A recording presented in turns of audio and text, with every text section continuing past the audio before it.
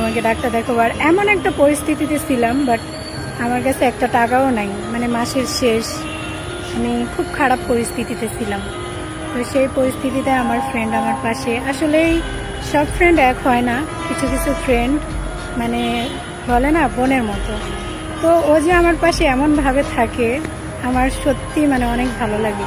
এই ঢাকা শহরে আমার পরিচিত কেউ নেই, তারপরেও এই একটা মানুষ, সে আমার পাশে সবসময় থাকে। তো নিজেরে মানে মাঝে মাঝে নিজে ভাবি যে একটা মানুষের সাথে লাইফে, সো তার সঙ্গে আমার টিকটকে পরিচয় হয়েছে। তো টিকটকে পরিচয় হওয়ার পর থেকেই যে এই একটা মানুষ এমনভাবে আমার পাশে থাকে, আমি কখনোই ভাবতে পারিনি। সো এই জিনিসটা আমার অনেক ভালো লাগে। তো সবাই আমাদের জন্য দোয়া করবেন যেন আমাদের বন্ধুত্বটা ঠিক এরকম থাকে।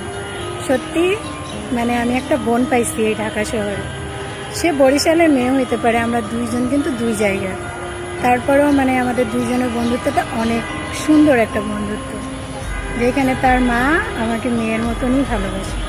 তো যাই হোক, আমার এই যে টিকিট কাটা হয়েছে, তো আমরা সিরিয়ালে দাঁড়ায় আসছি। তো শরীর অসুস্থ, তো এই জন্য একটু বাইরের দিকে এসে দাঁড়ায় আসছি, মানে ভিতরে প্রচুর গরম।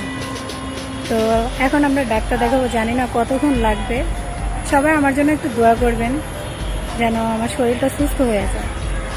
আমি ভিডিও বানাই, যাই করি না কেন, এত হাসি খুশি থাকি, যাই করি না কেন, আসলে দিন শেষে আমি খুবই মানে ক্লান্ত হয়ে যাই, আমার শরীরটা অসুস্থ।